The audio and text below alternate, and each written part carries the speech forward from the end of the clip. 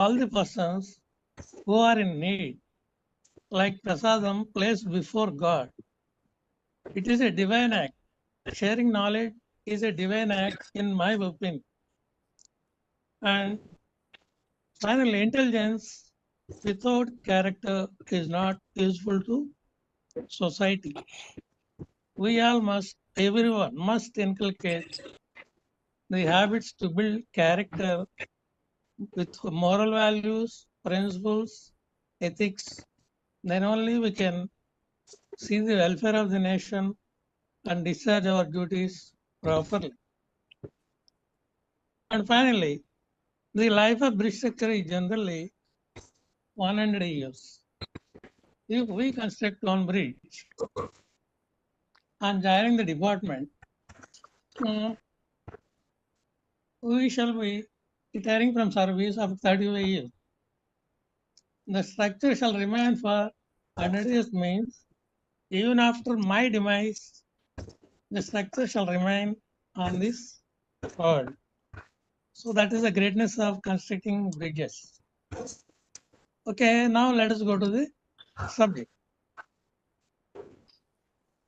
So the classification of bridges, we have to see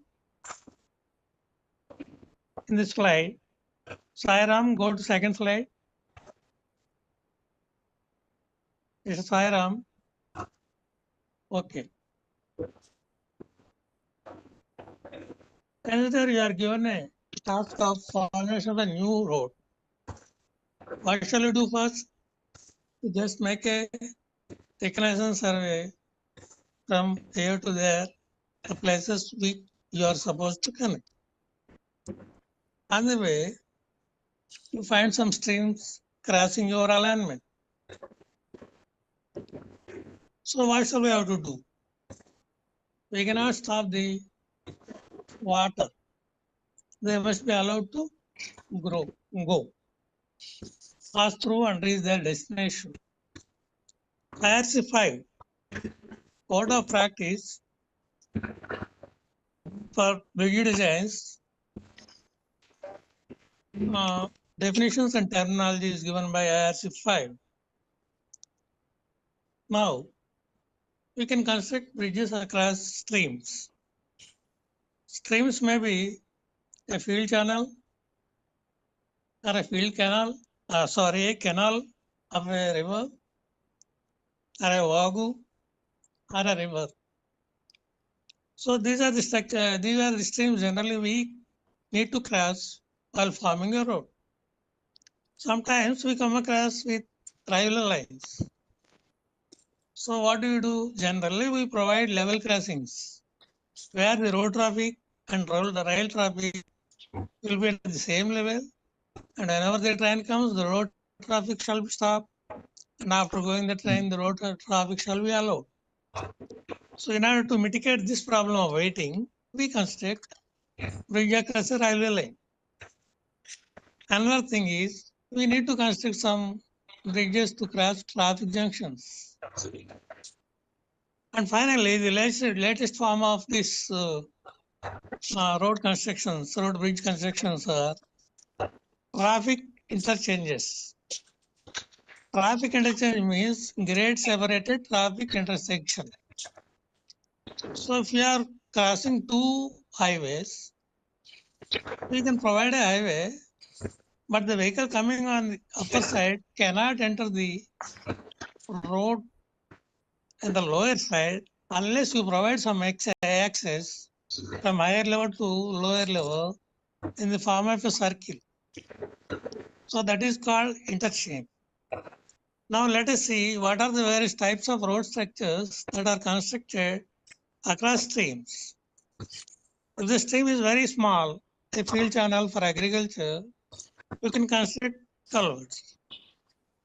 If the stream is a bit big, or you can say a wagu is there, when we don't have money, we'll just leave it and we construct a causeway there. If we have adequate money, we'll construct a bridge, a high-level bridge. Again, under culverts, we can classify them into pipe culverts, and slab culverts. The discharge through pipe culverts is very low and may be limited to small channels carrying water for irrigation purpose. Slab culverts are a bit larger ones compared to pipe culverts, and they can take more discharge, and the height can be increased to the extent you require. In case of pipe culverts, the height is limited to 1.2 or 1.5 meters above the sea level or the existing ground level. When the depth of flow is more than 1.5 meters, say 5 meters is there, we cannot go for a pipe culvert. Invariably, we must go for a slab culvert with a length of 2 meters, and the height may be as required, maybe up to 5 meters or 6 meters. Next, we go for causeways. Causeways are basically meant to pass the ordinary flood level discharge through the vents. Generally, we have the variations in flood levels. We have more flood level in rainy season, a little less in winter season, far less in dry season. The causes are generally designed to take a discharge of 1/3 of the total discharge in MFL condition. If you have a discharge of 100 cubic meters per second, the causeway vents shall be designed to take a discharge of 33 cubic meters per second, and the balance 67 cubic meters per second shall be allowed to pass over the causeway. So here the problem comes, when water flows over a causeway, we have a problem of the vehicles being washed away due to water pressure. So you have to know to which depth of water we can allow the vehicles over a causeway. It is very important that a depth of water of 0.3 meters above the causeway can wash away the cars during high floods. I repeat it once again, when the depth of water flowing. Yes, sir. Yes, sir. Okay, I'm operating from phone. So the general rule for providing body wall for pipe culvert is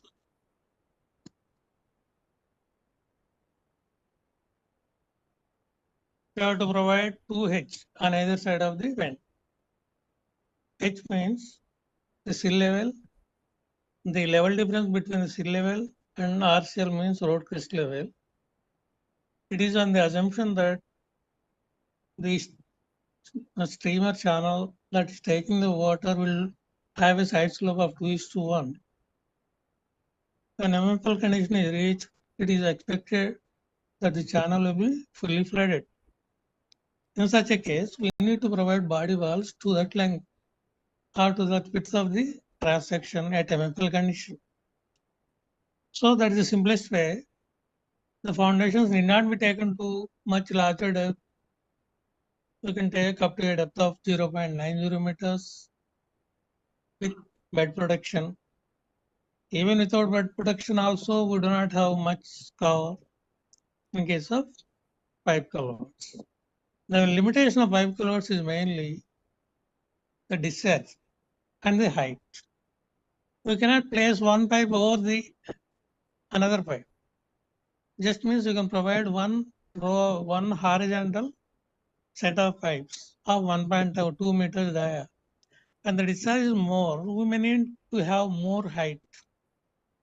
In such cases, we will go for slab culverts. Okay, next slide, please.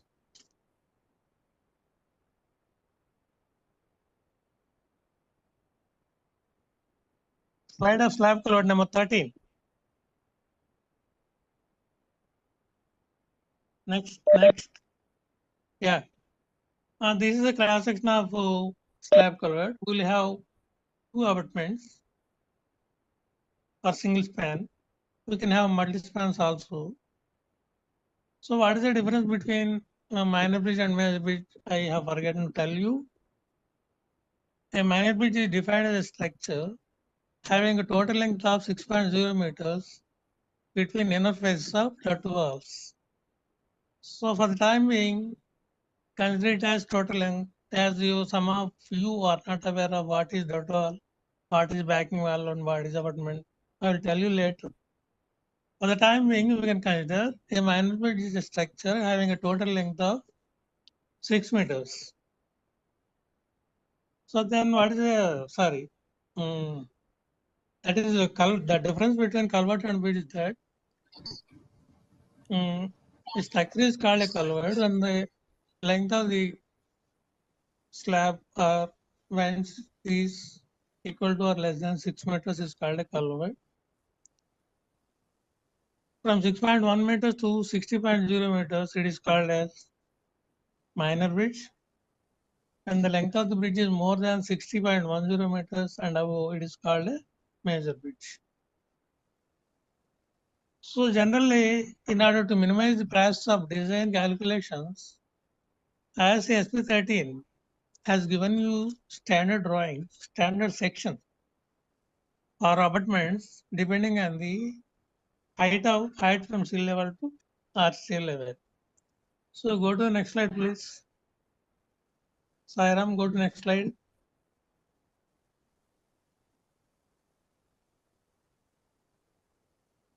Hello. Yes, sir. This one, sir. Next. Now go to next slide, please. I'll tell you the numbers. Number 13, this one. This is the extract of the IRC SP 13. In this one, you will be given directly. Go to the previous slide, please. Once go to the previous slide. Okay, this is the details of reinforcement. You will be given clear span in the first vertical column. Then next overall length. Next.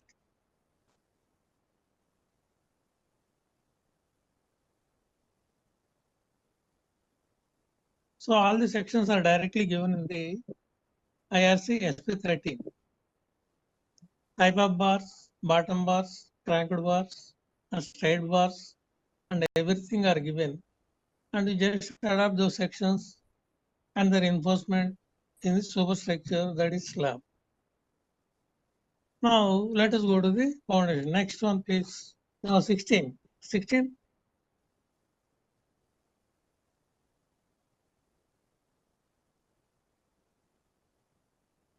Yeah, this is the section of a causeway, vented causeway.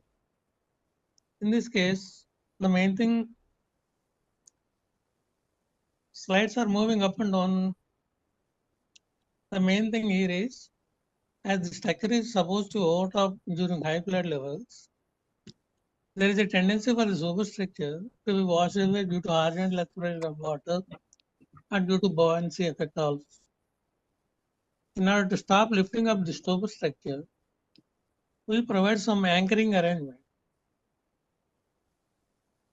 between the substructure and superstructure. That will be in the form of some hooks or some rods placed in the pier cap and taken into superstructure, that is slab. So that is the only thing we have to provide in causeways, unlike our bridges. Now go to slide number 20. 20, please. Slide number 20, please.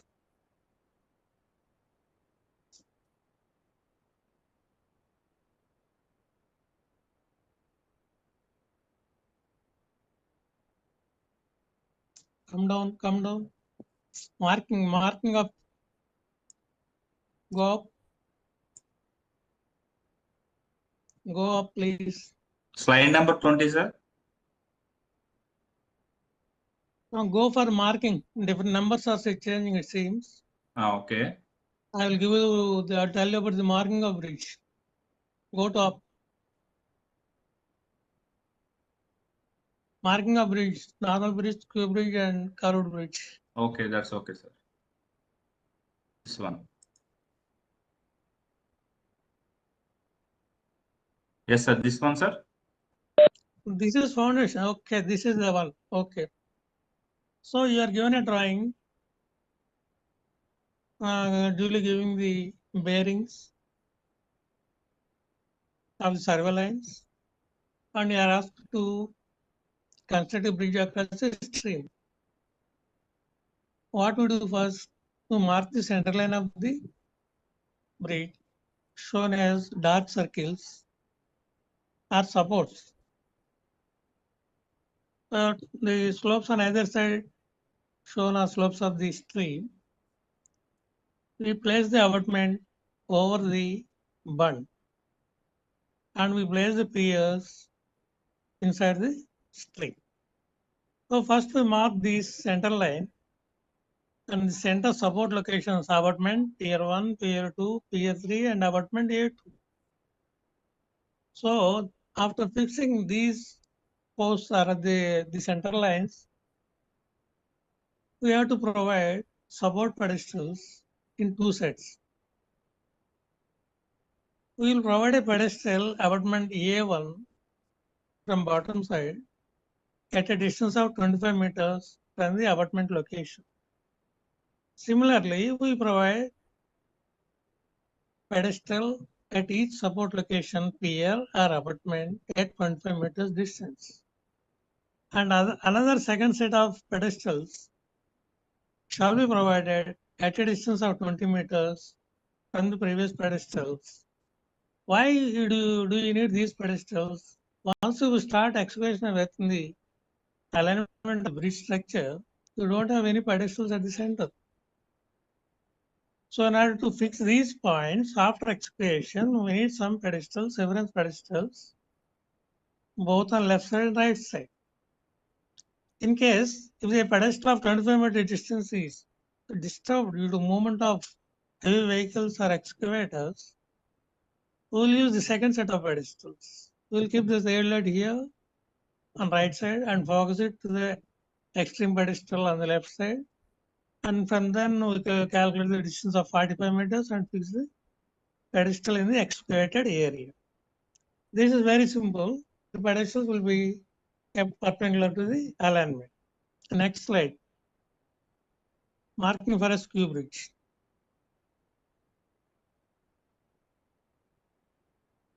Okay. This is a typical case when your alignment is going in a vertical direction as seen here, but the stream do not flow in perpendicular direction to your alignment. So this is called skew crossing. Many people can get confused. What is the definition of skew angle? Skew angle is defined as the angle between the line drawn perpendicular to the alignment and direction of flow. Here you can see a small skew angle of say 10 degrees or something. Some people mistakenly say it is 80 degrees skew, which is incorrect. I repeat it once again. A skew angle is defined as the angle between the line drawn perpendicular to the alignment and the direction of flow. That is called skew angle, but not the angle between the direction of flow and the center of the alignment. So you must be careful in calculating the skew angle this way. So in this case, the support system, piers or abutments shall be kept parallel to the direction of flow to reduce the earth pressure on piers or abutments. What happens if you provide your support system, say water type pier or something like that in perpendicular direction? Water will hit the pier and induce some more additional stresses, which is not taken into consideration in design. So in this case, we provide the support system of piers or abutments of the bridge in a direction parallel to the direction of flow. So in order to have the support system, it may be a single circular pier or set of 3 circular columns called trestle or wall type pier, just wall type pier, it will be like a wall and with semicircular cutwaters. Here we have to, after fixing the center line, you have to fix the 90 degrees angle to the pier at that point and turn your third light to skew angle as calculated earlier and fix the pedestals on left side first, and you transit the third light and fix the other two pedestals on right side. I repeat it once again. You place your third light at pier 1 location and align it to the alignment of the bridge and turn it to 90 degrees. That will give the line normal to the alignment of the bridge. Now you rotate the third light by skew angle, fix it. There, in that direction, you can fix two pedestals on left side and transit your third light, and you can fix other two pedestals in the other direction.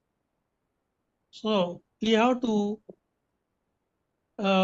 remember this specifically, the skew angle definition and how the pedestals are constructed. Now let us go to the marking of bridge for curved bridge.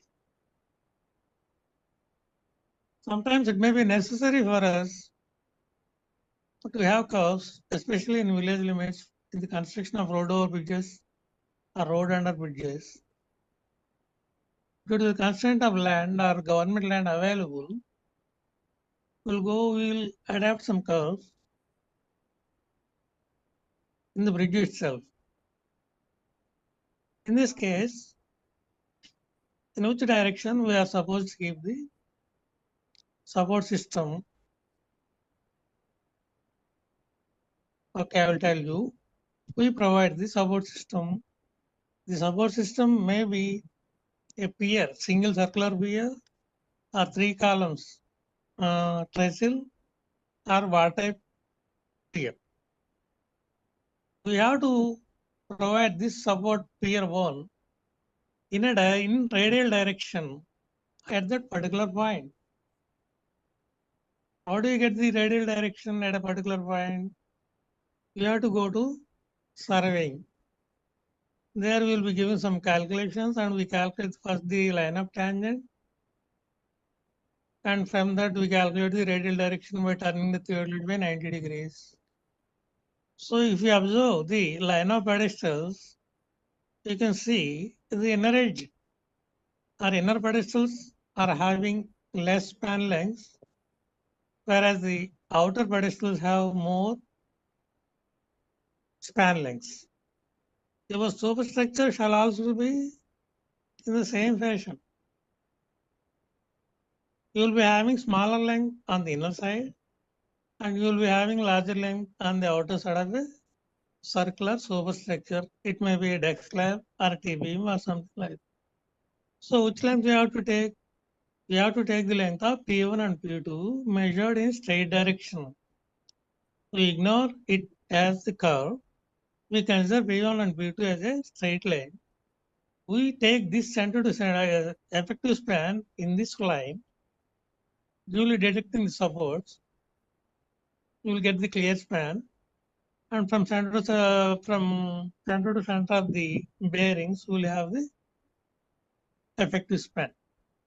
So here you have to remember that the support system abutment or pier in substructure must be positioned in such a way that they shall be in the radial direction. They must be in the radial direction, but not in any direction as we like. The radial direction shall be calculated after calculating the tangent length, tangent or angle, and we turn the third lead by 90 degrees. That gives you the radial direction. There you can we can provide the substructure. So the inner side of the superstructure shall be less, and outer side of the superstructure shall be more. But the design effective span shall be taken at the center as shown with arrow. Go to next slide, please. Okay, now let us discuss about the foundation. So, what is the minimum depth of foundation that is supposed to be provided for road bridges or road culverts? The minimum depth of foundation shall be 2.0 meters below the sea level for any culvert or for any bridge. Generally, the foundation depth is decided by the maximum scour depth calculations. And that comes, we have to go to irrigation engineering something, we have to calculate the discharge. From that discharge, we'll calculate the maximum scour, and then to that we'll add 1/3 grip length. There we fix the foundation level. Generally, it is all taken care of by design engineers. So when do you call it as an open foundation, or when do you call it as a deep foundation? Or you can say shallow foundation or deep foundation. And the depth of foundation is less than 4.0 meters, it is called shallow foundation. And the depth of foundation is more than 4 meters, it is called as deep foundation. What are the classifications in shallow foundations? It may be a raft foundation. It may be isolated individual footing. What are the classifications in deep foundations? It may be a well foundation, or it may be a pile foundation. So when do you go for deep foundations? And the depth of scour in a particular location of a structure is more than 4 meters, as it is not possible to excavate beyond 4 meters. We provide well foundations or pile foundations. I will explain it later. When we have good soils with SBC of more than 30 tons per square meter available at shallow depths, or sometimes you can take 20 tons per meter square also. In case of ROBs or RUBs, we do not have any scour as there is no water flowing. In such cases, we need not consider the scour depth calculations. We fix the foundation level depending on the foundation soil available. If we have good foundation soil available at surface itself, generally in Rayalaseema, we do have rock at surface level itself. So does it mean can we place the foundation at surface level itself? The answer is no. There is a code IRC 78 guidelines for the foundations and substructure of bridges clearly mentions that the foundation shall be taken to a depth of 1.50 meters when soft rock is met with, and must be taken into to a depth of 0.60 meters when hard rock is met with. So that is the minimum depth of embedment in rocks. If we have a good hard rock available at the bed level itself, we are not supposed to place our bridge foundation at surface level, because there is a possibility of sliding of foundation over hard rock.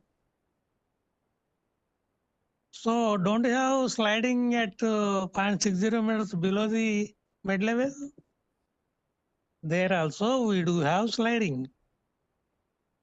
So how to mitigate this problem? We provide anchorage arrangements under the footing. We insert or we bore some holes into the rock at smaller spacing, not specified clearly, say 0.5 meters spacing. The diameter of the rods may be 25 mm dia. 0.5 meter may be taken into the rock. 0.5 meter may be taken placed above the rock. After placing this reinforcement or anchorage arrangement, or you can say keys, we lay the footing over the rock as usual and construct our substructure and then superstructure.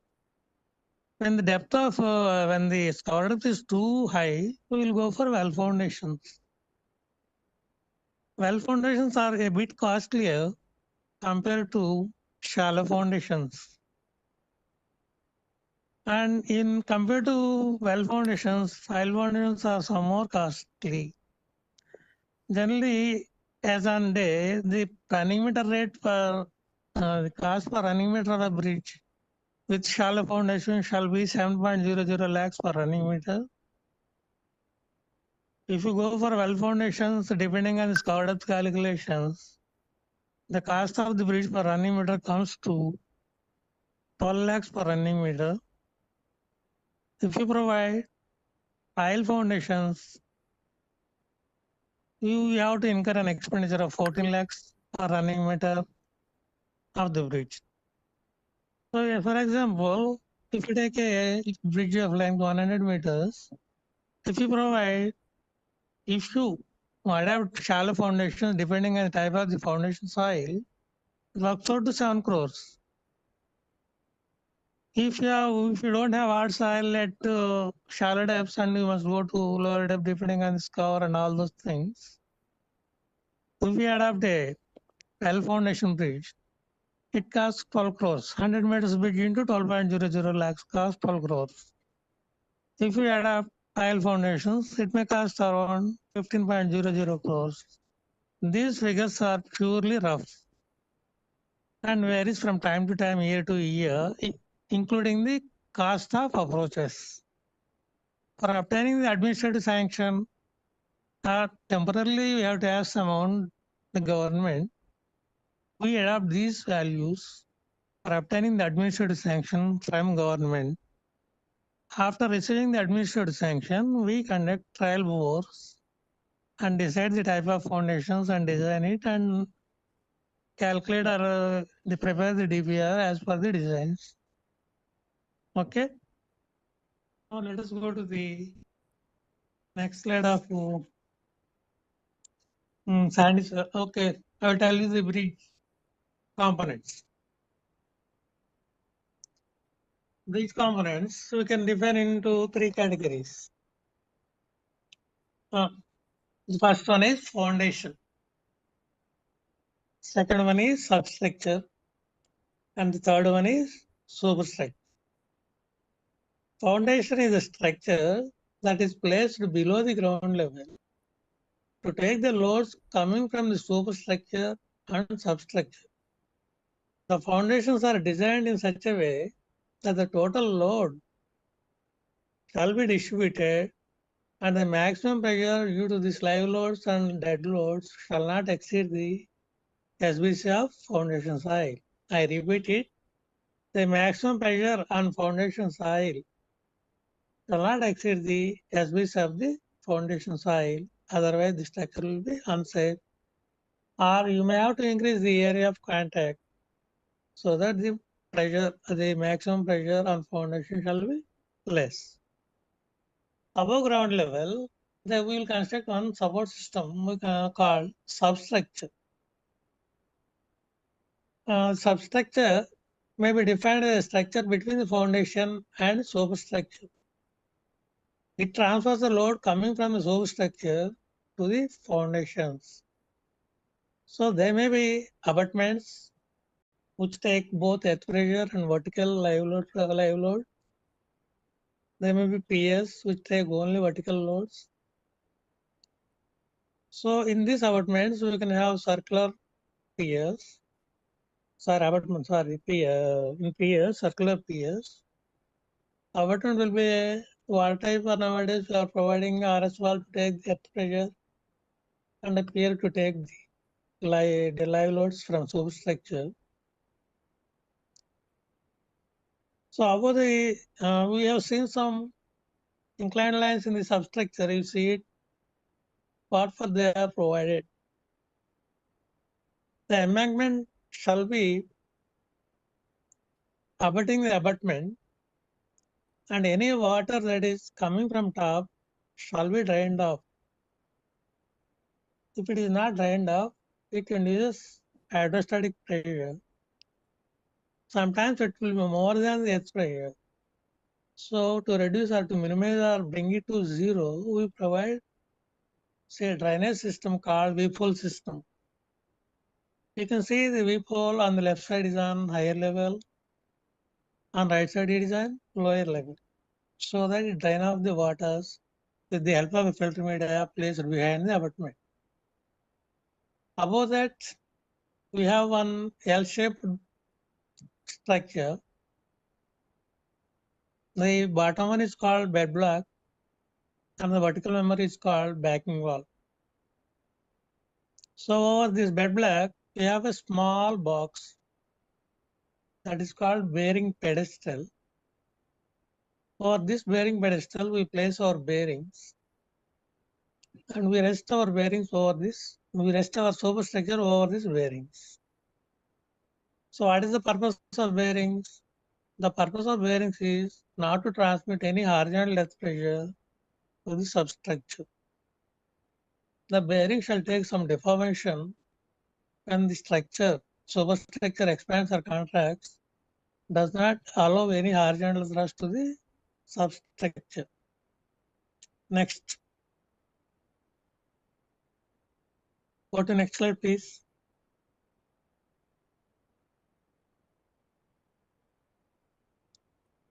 Yeah, this is a photo that is taken the construction of road overbridge at Chirala, where we do have totally sandy soils. We cannot excavate trenches in sandy soils in different sections, L into B, like that. In such cases, what we do is we excavate a canal to the total length of the bridge.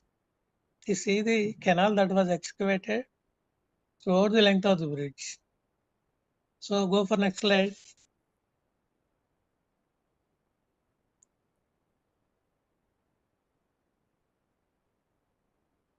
Here you can see on the left side, we provide some shutters or support system to prevent failure of the earth. The building on left side is the railway quarter. They didn't allow us to give their building to us, and were forced to execute this excavation adjoining the railway quarter for providing shoring and shuttering. So after placing the shoring and shuttering supporting soil, we excavated the required footing sections filled with water here. Next slide, please. Go to next slide. Now you can see back one slide. Here you can see a canal was excavated continuously throughout the length of the bridge in a location where our footings are supposed to be placed. There we have laid bed concrete. In M15 or in olden days it was VCC 136. Over that we place the reinforcement of foundation, and here the substructure is 3-column member trestle. You can call as 3 piers with one foundation and one supporting beam will be there at the bottom. Next slide. Yeah, this is a clearly visible to you how the reinforcement shall be constructed for footing of a open foundation in sandy soil. Still, the earth is not filled. We just place the shutters, the reinforcement seen at the level of shutters is the footing reinforcement. Above that, we have a connecting between the 3 circular piers. That is called connecting beam. It takes care of the punching shear and everything. And three columns support the superstructure. Next slide. Next slide. Yeah, this is another view of our reinforcement